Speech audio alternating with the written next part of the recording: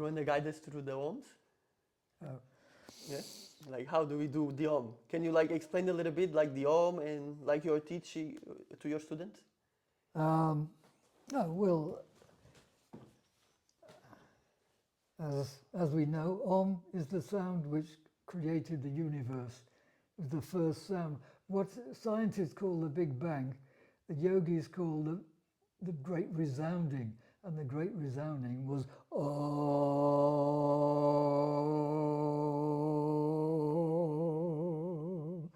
And the residue of that sound is still sounding throughout the universe now, which is why people use Shabda Yoga to go into a meditative condition and hear the original sound still singing in their consciousness. Yes. It's not actually in the ear, but it's in the brain cells, more like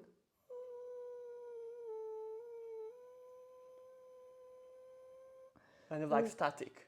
yeah, very, very fine like that. Oh. But using the vocalized Om creates that capacity to hear the sound inside. Wow. Okay. And how one does proper hum? How do we can do a proper hum? How is it done? How is it divided? And Well, it's divided into A, U, M, R, O, M. But yes. It blends together when you do R. R is because you're opening your mouth, and U is the projection, and is when you close your mouth and the sound comes down the nasal passages. So it's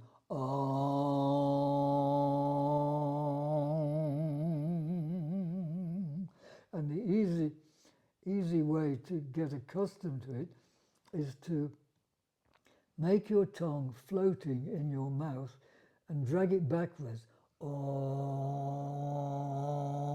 And so the back of the tongue hits the back of the throat, and that forces the air up in little channels into the nasal passages, and thereby creates this sound, which is what we're looking for. Exactly. And is it more about the sound or more about the vibration that we cultivate inside? Yes, it's the vibration that does it, but you have to make the sound in a certain way to get the vibration. Exactly. Because sound is vibration, right? Yeah. Perfect. I love it. So let's start with 3 ohms. We start with 3 ohms. Oh. Let's start with 3 ohms together. Okay. Yes. So.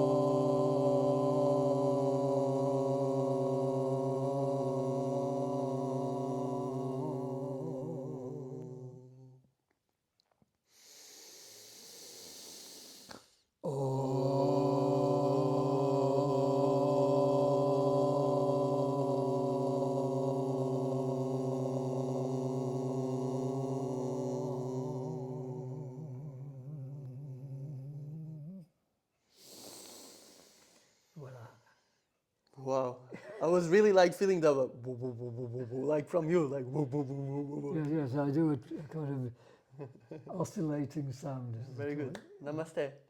Thank you so much for being here. I'm honored to be here with you in your. Well, Thank you for receiving me in your house. oh, I'm delighted to have you. Namaste, everyone. Thank you so much for being here as well. Today we have our first episode of Spiritual Paths podcast. I'm so honored that you're my first guest. Is like when we met, I was just creating this idea of starting this podcast. I was just starting my YouTube channel, and then through Martin, we met like 2 weeks ago personally, because I was following you already on social media for quite some years, but we never had the chance to meet. So I'm very honored to be here, and I'm reading your book. Well, let me take the book. And wow, it's really speaking to me. you know? Yes, it's a very advanced book, but very simple. Yes, yes, I like how simple you make very difficult concepts Yeah, and use a lot the metaphoric of the dream. You know, you use the dream a lot to compare and to make people see, yes. and that's very good. I'm enjoying it. So, yes, let's start with tell us a little bit about your work. About the book. About your work. Oh, my work. Yes. Um, well, my work has been very uh, wide in various places. I mean, I was a psychotherapist for 9 years. And Oh, wow, psychotherapist. yes, and because when I was in India, I studied mantra yoga um, as my speciality. Um, I studied with various masters all over the country, and when I came back, I started to make mantra workshops, and I found that many people, because of the vibratory effect in their bodies, it was shaking tight areas of the body that were traumatized from infancy, and that trauma tends to create knots in the cellular system. And the mantra was shaking the knots and making it then Relaxing them. relaxing. And then the feeling that was suppressed in the knots started to come out, and people started crying, people started laughing, people started making primal screams, all Wow. kinds of things. And I thought, my God, I have to study psychotherapy in order to deal with anything that comes up. Okay. And so, as is my wont, I don't just go into one thing. I studied every form of psychotherapy that I could with all the good teachers. And then I made a fusion of all or a synthesis of all the different psychotherapeutic paths, and used the things that actually work with my students. And so I started to create psychotherapy plus mantra workshops, because Okay. most people who go to psychotherapy workshops, they have they bring their stuff out, they scream and shout and all this, and they're sent back into society, which destroyed them in the first place, with nothing to stabilize them. So I found that the mantra pulled them back together again after they'd had their catharsis, Wow. and that was a very valuable thing. So then I was having psychotherapy patients referred to me from London when I had a centre out in the country. And but then after 3 years of immersing myself in people's miseries, I decided I wanted more to work with people with spiritual aspirations from the get-go. Oh, okay. And so then I more concentrated on that. I stopped my therapy practice and I started just doing mantra workshops. And gradually the effects that were produced in the first place seemed to fade away, and more people just got into a deep state of samadhi through just 1 hour of mantra. Oh, Yeah. okay. And so that's what I've been doing for many years, until I'm now virtually retired and writing my books. But still working a lot, as I can see. Yes. So this was your start point, and I understand that you wanted to get out of psychotherapy because it's inevitable because of the of how we absorb other people's energy, right? So I just guessed you wanted to be a little bit more positive, around more positive people. Yes, yes. Because with the therapy patients, I really had to psych into them to feel what they were feeling and to find a way out of that feeling. And so that got very wearing for me after a time. Because then you get into that energy. Yes, yes. Okay. And from that, you were doing psychotherapy, mantra, and then? When was this trip that we talked about and you told me about these crazy stories, this trip that you told me, hitchhiking around the world? Oh, yes, yes. What can I tell you? I've got to write a book about it. About your adventures. Yes, yes. So there's another book coming? Yes, yes. Or like a biography? Well, once I can overcome all my computer sophistications. Okay. So I know you met Osho. Oh, yes. And this was, I would never expect to meet someone that was actually in a room with Osho. So I would love that you would share your experience with me and with our viewers. What can you tell us about? How was it to meet Osho? Well, I not only Osho, I knew Krishnamurti and all the other greats. I was able to relate to them face to face because they realized that I had the perception to see into them, and they couldn't hide anything from me. And with Osho, or Rajneesh as he was at the time, invited me to stay a few days in his apartment in Bombay while he was still a teacher in the university. Okay. And I found him very charming, very likable, and very foxy. I thought he was a fox right from the start. And because he said one day, you know, sometimes it gets a drag being a guru, but I've set this up now and I can't go anywhere else. And what else did he told you? I said, I noticed that sometimes you don't even answer the question that the students ask you. And he said, well, if I don't know the answer, I just keep talking and talking and talking until they've forgotten what the question was. I said, look, Socrates in the assembly of the elders said, I don't know the answer to that when he was asked a question, and they were all totally gobsmacked because his humility. He had so little ego that he was able to say, I don't know in front. Yeah. And I said that to Osho, well, Rajneesh at the time. And he said, but I'm the guru, I'm supposed to know everything. I remember you told me that he made a comment about how many women he was with.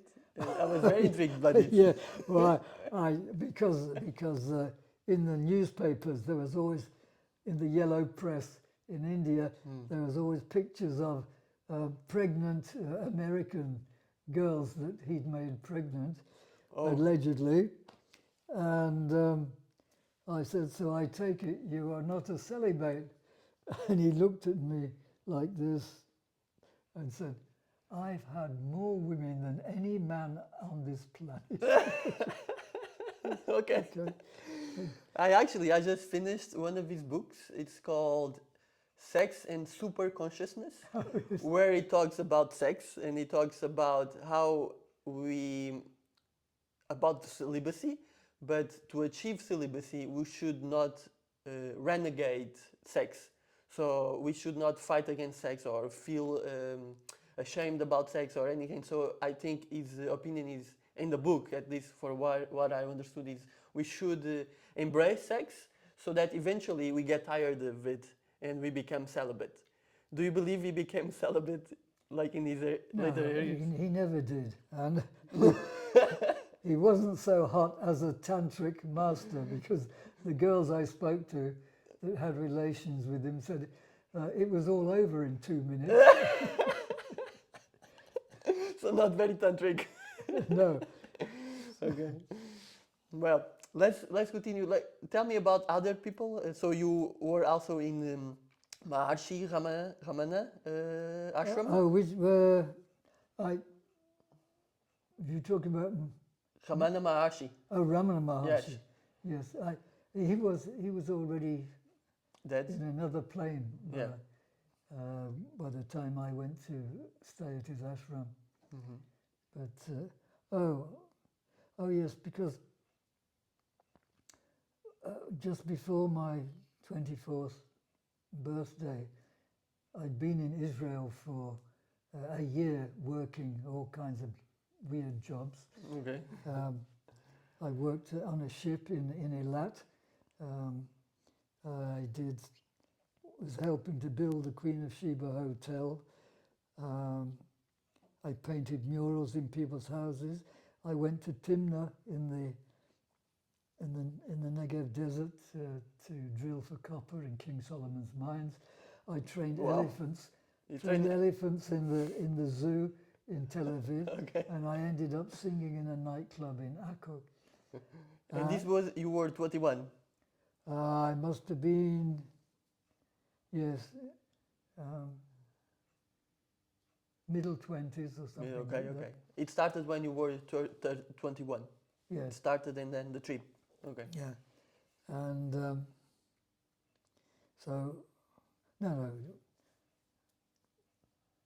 Yes, 24 was when that happened. So when I went to Africa, it was from then on. Yeah, from 24 Yeah. on, yes. But when I left Israel, I went to Cyprus, and there I had all my money stolen, and I had only £7.50 in my pocket, and I had no idea where to go. And suddenly, grace in the form of cosmic consciousness filtered into me, and my consciousness expanded all over the universe, and I was aware of how everything was happening, why it was happening, what the universe was made of, and that was consciousness. And I received so much knowledge in a way that I could never conceive of before, and it just blew my mind. I didn't even know what happened to me, and I wanted to find somebody who could explain what occurred. It changed my concept of everything. I wasn't interested in spirituality before. And as I hitchhiked down Africa very dangerously,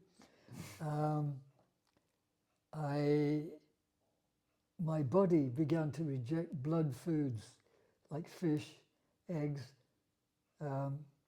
meat, alcohol and tobacco. And by the time I reached South Africa, a year or so later, I'd given up all that.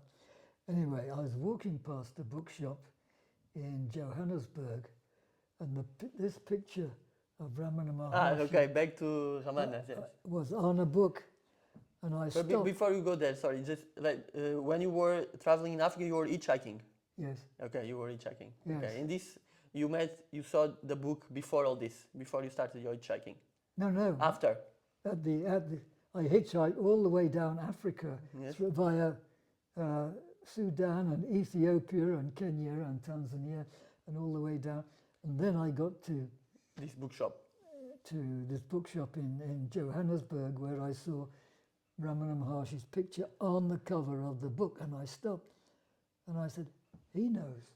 After the spiritual awakening. Yes. Yes. I said, he understands what happened. I went and I bought the book, and of course that consolidated what happened to me, and I followed his teachings from then on. He was my inner guru in my heart. Yes. And so I ended up some years later in Ramana Ashramam, where I became the editor of the Mountain Path, the journal of the ashram. Wow, that's amazing. How was the experience in the ashram? not so agreeable. um, in the room where Bhagavan used to give his darshan, that was great. You go into a very deep space. There's some energy there still, but the management and all that surround it was not so compatible for me at the time. And but I was fortunate in having conversations with Muruganar, who was an enlightened being and one of Bhagavan's closest disciples. Okay. And we used to sit and discuss various aspects of samadhi and all that.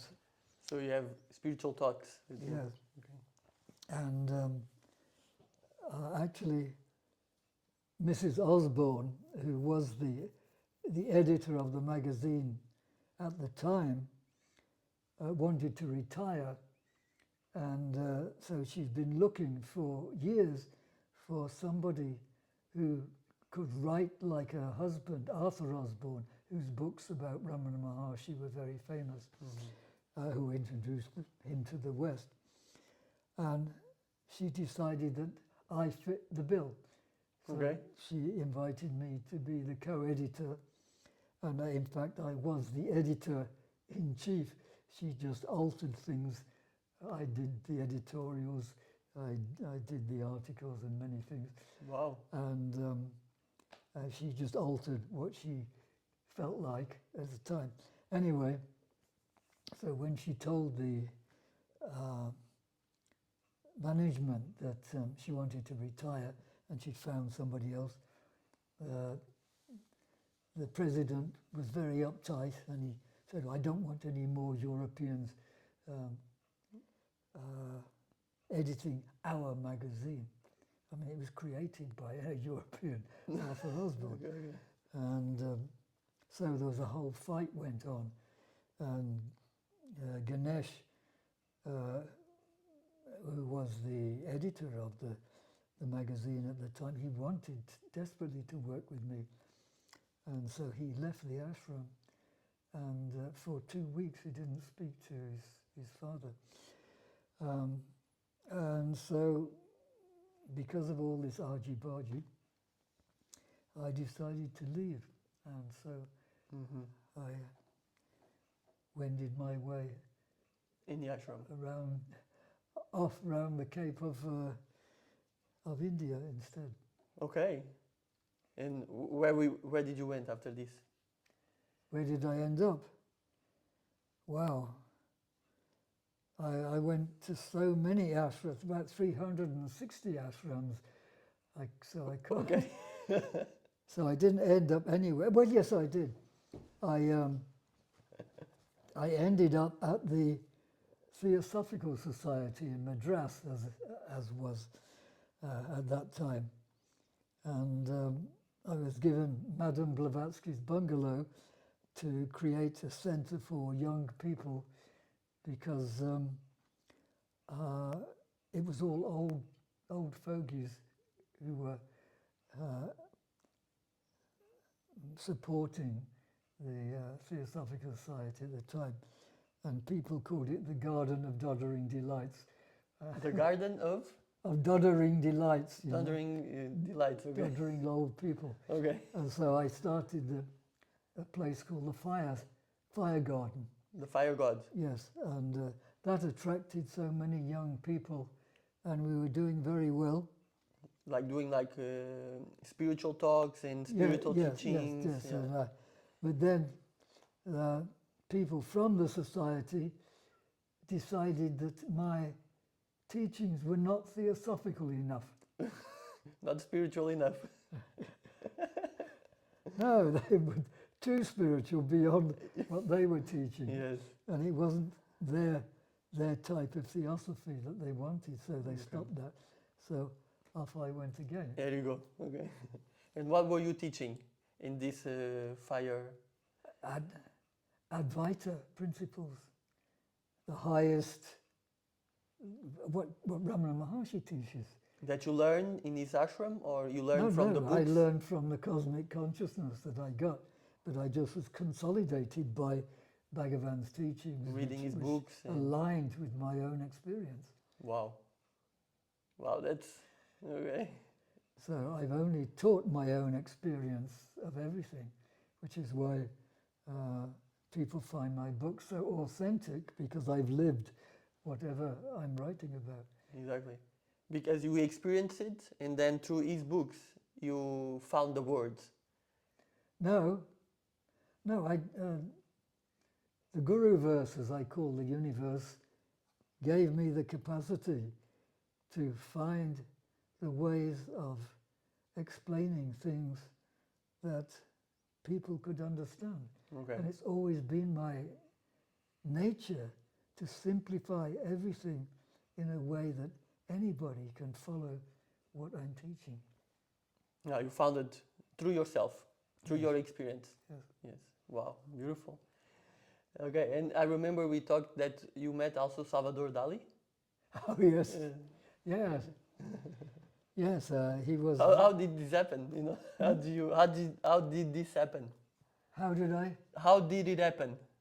Well, actually, there was a very attractive girl with long auburn hair, and she said she was invited by Dalí to visit, so I said, can I tag along? So I went with her, and at the door, he saw my moustaches at the time were up here, they were longer than his. And he said, oh, sus moustachios, very beautiful, très belle, magnifico. And, So it was a meeting of mustaches. yeah. So, but he said, look, we'll come back later on and I will see you then. I have to talk with this girl. Well, when I actually got him alone, well, I went to visit him a few times and we got quite friendly, and I learned that he had a fetish about red-headed women with red pubic hair. Okay. And he used to get them to lie down on a table with their legs open, and he'd paint Wow. them The red absolutely hair. perfectly on pictures like this. I never saw these paintings. You won't, because somewhere somebody has paid a fortune for these, and they're in a private collection. Oh, okay. And you will never see any of them. I bet it's a very expensive collection. Yes, yeah, I bet so. Yeah. I love his most famous painting, the one with the melting clocks.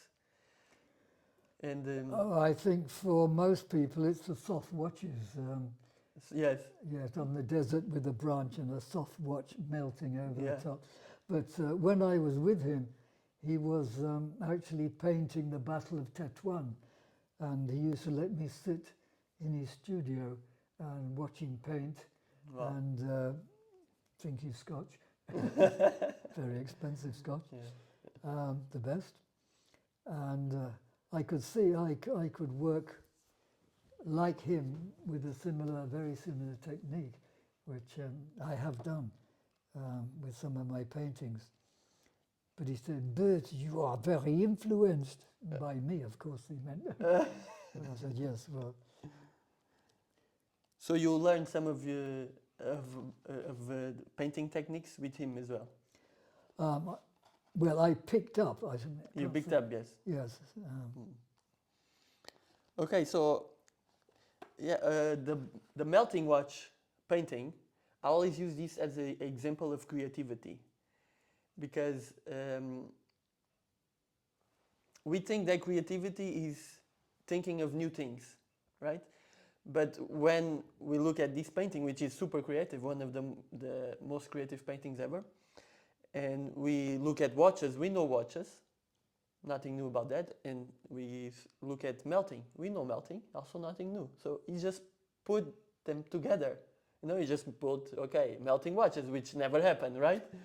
So, and you talk about creativity here in in your book, and I would like to know what is creativity for you, and how can we create really like is it a way that we can think of new ideas and have creativity that is imagine outside of this world? That's a very difficult question.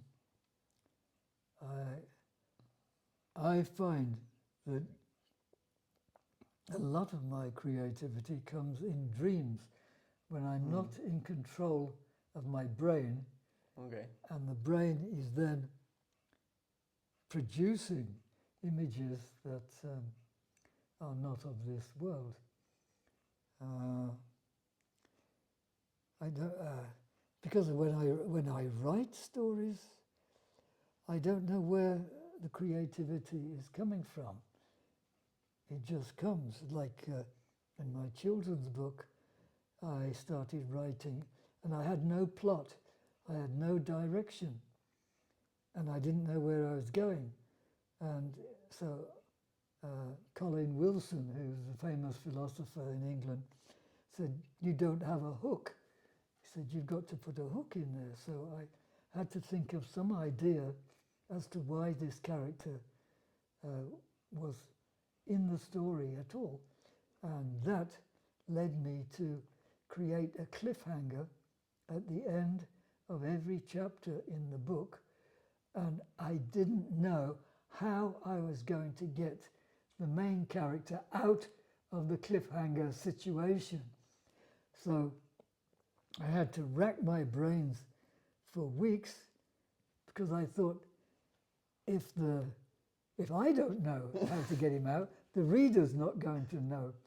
And eventually, from somewhere, I'm downloaded in the answer to the question. So the creativity just comes like that. Okay. Do you think is there a practice, exercise that we can do to help us be more creative, to find more creative solutions for our lives?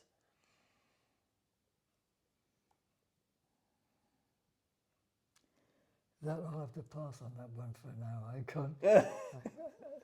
My head is empty. Okay. Okay. No worries. Let's keep going.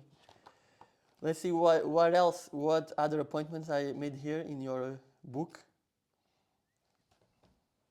Yes, you say here in your book, in page 50, are we dreaming this life dream, or are we being dreamed?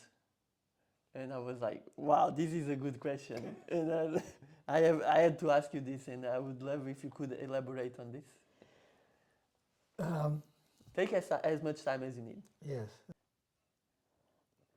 Well, for me, this experience of being doesn't seem like a real world at all. When you consider when we slip out of this world every night in a simulation of death, we appear somewhere in the middle of the night in another dream, in another world, and we think that is the real world.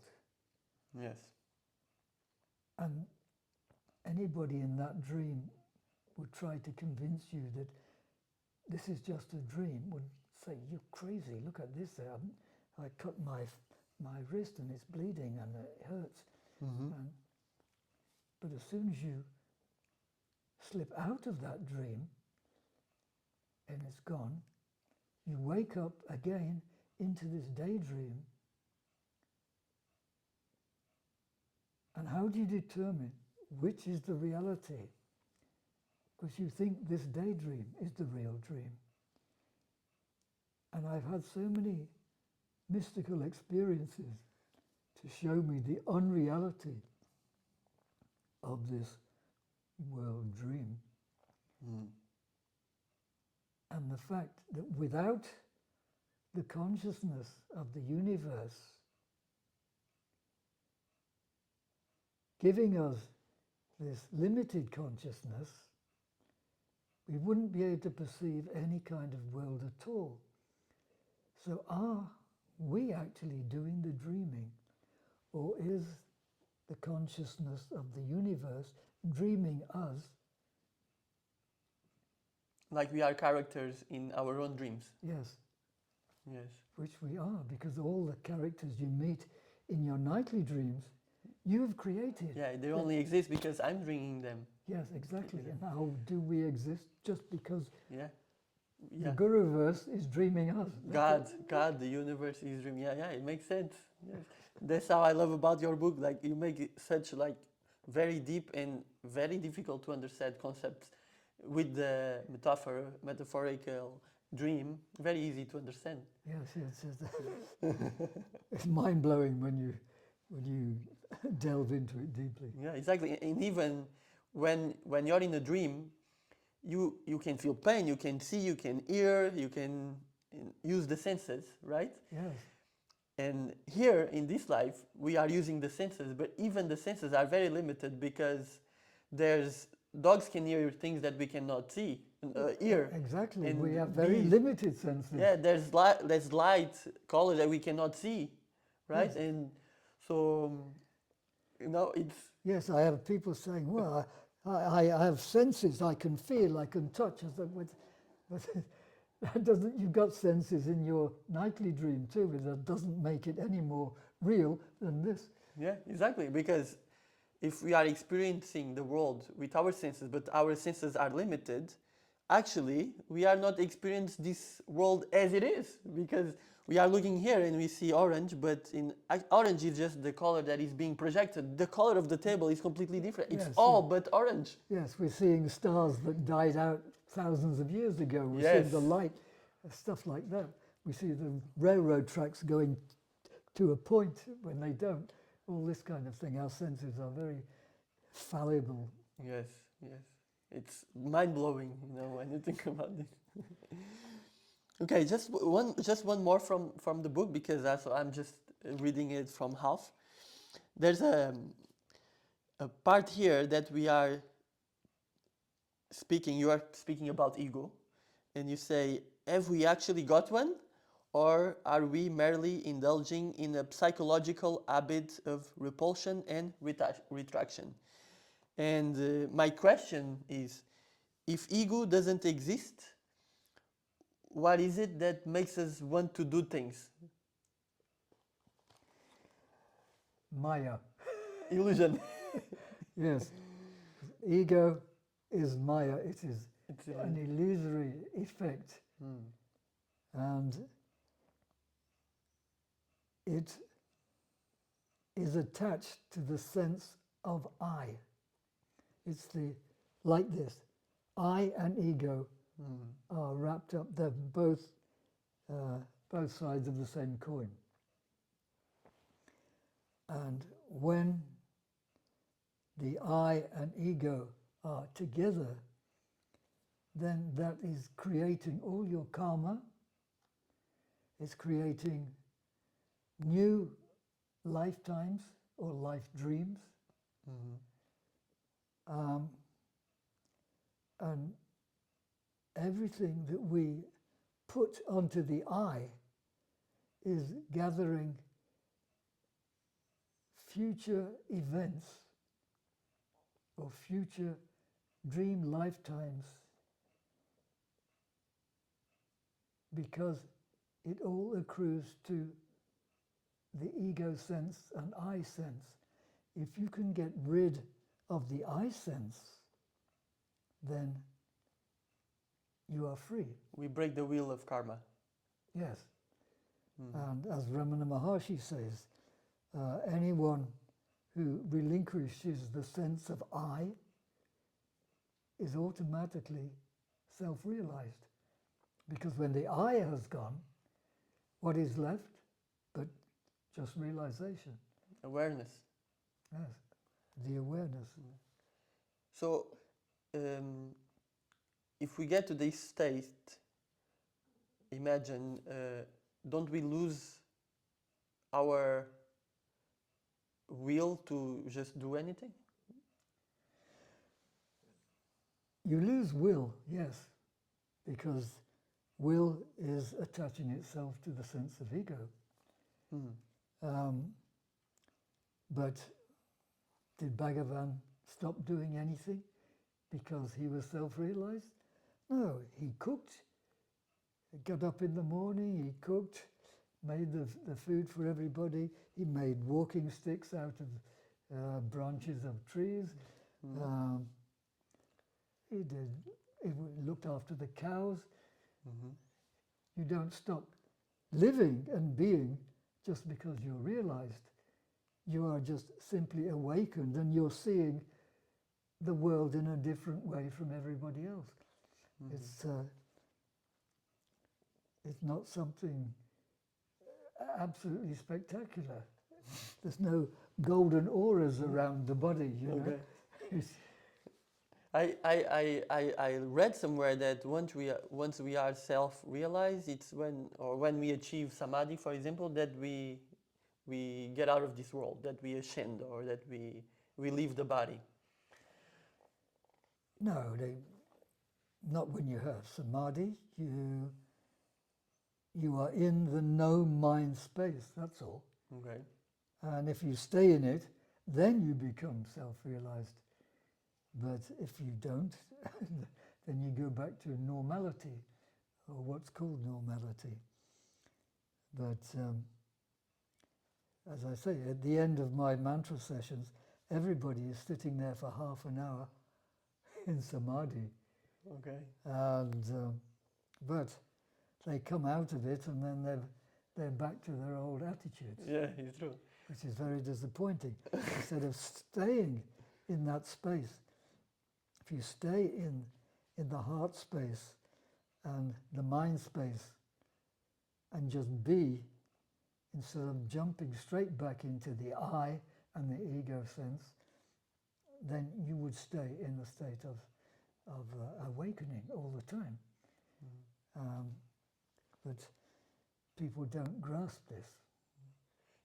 Can you try to describe, or do you think it's possible to describe this feeling of no ego, of no I, of just awareness and consciousness? No, unfortunately, many sages have tried to describe it, and then they find tears flowing down their face because there's no words to describe it. Exactly. Yeah, but I think I've come as near to it in this book of explaining the feeling. Yes. I don't think I got there yet, but I'm excited to go to arrive there. Okay. So talking about books, and we were talking about creativity and about your children's book.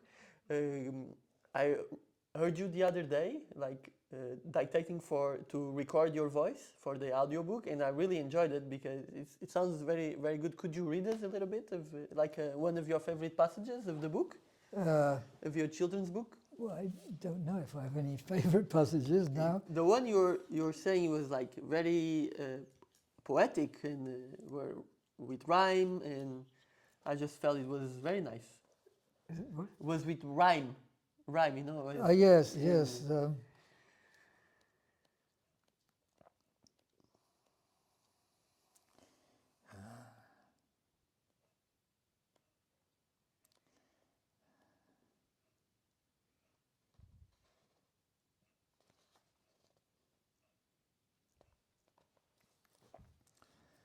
Why Grandfather Frog has no tail. Old Mother West Wind had whiffled away to her work in the world, leaving the merry little breezes to play in the grassy green meadow for the rest of the day. They made all the buttercups dance up and down in the long waving grass, and they tried racing the bees buzzing back to their hives, but they mostly came last. They played hide and seek with the sunbeams that popped in and out of the clouds. But when the clouds came together and the sunbeams all fled, they rippled over the pollywig pool to the green lily pad where sat great Grandfather Frog as ever he did. Grandfather Frog was old, very old indeed, and very wise. His mouth was huge and so were his eyes, and his voice was deep and gravelly. So when Grandfather Frog spoke, everyone listened with great respect. Even the fidgety young badger named Billy Brock, who was sitting nearby on the bank. For Billy Brock's father and his father's father couldn't remember a day when Grandfather Frog had not sat on the lily pad waiting for fat bottle green flies to come buzzing his way. In the water below, in the pollywig pool, some of Grandfather Frog's great-grandchildren were all swimming about, and you wouldn't have known that they were his grandkids unless someone had pointed it out. I mean, they didn't look the least little bit like Grandfather Frog. They were all round and fat tiddly tadpoles with long squiggly tails. The merry little breeze, whose name was Swish, had often wondered about that. "Oh, Grandfather Frog, please grant me my wish and tell us why you don't have a tail any more," he implored. "Didn't you already have one before, like your grandchildren do, when you were a tiny pollywiggle too?" Grandfather Frog flicked out a sticky tongue and snapped up a foolish bottle green fly that was just passing by. "Ah, chug-a-rum," he croaked with a satisfied sigh. "Very well," he agreed as he settled himself down on his bouncy big lily pad. So the merry little breezes all gathered round, floating like little boats made of cloud, skimming over the pond. Billy Brock edged a bit closer, the better to hear. Then Otter Otter poked up his head from the water and came swimming near. Began Grandfather Frog. "Once upon a time, the frogs ruled the world, which is only natural, as the world was mostly all water then. There was very little dry land, oh, very little indeed, for us froggies, life was a dream. And there were no little boys to throw stones, or, I might add, no hungry young badgers and otters to gobble up foolish little froglings sunning themselves on the banks of a stream." Wow. Such an honor to being here and listen to you to read this. Oh, go on. I really feel your joy when you're reading from your book. So I guess this is something that you really, really enjoy. Oh, yes. Writing and... Yeah, well, I get really into the characters. Yes. Beautiful. Well, is there any final thoughts that you would like to share? Any advice that you would like for me or for our listeners to listen to? All I can say is don't believe everything you think. Wow. And never mind the mind. Beautiful. I remember reading that in the book and I was, yeah, this is a really good one. Don't believe everything you think. Yes. Muz, thank you so much. It was an honor to listen to you. Oh, go on. Thank you so much for receiving me. Let's finish with one Om and three Shantis. Right. Yeah, sounds good. Inhaling for Om.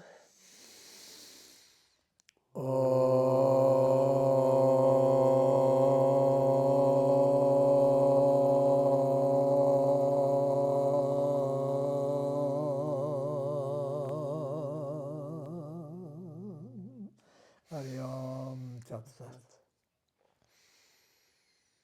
Shanti, Shanti, Shanti. Hari Om Tat Sat. Thank you so much, my friend. That was a pleasure.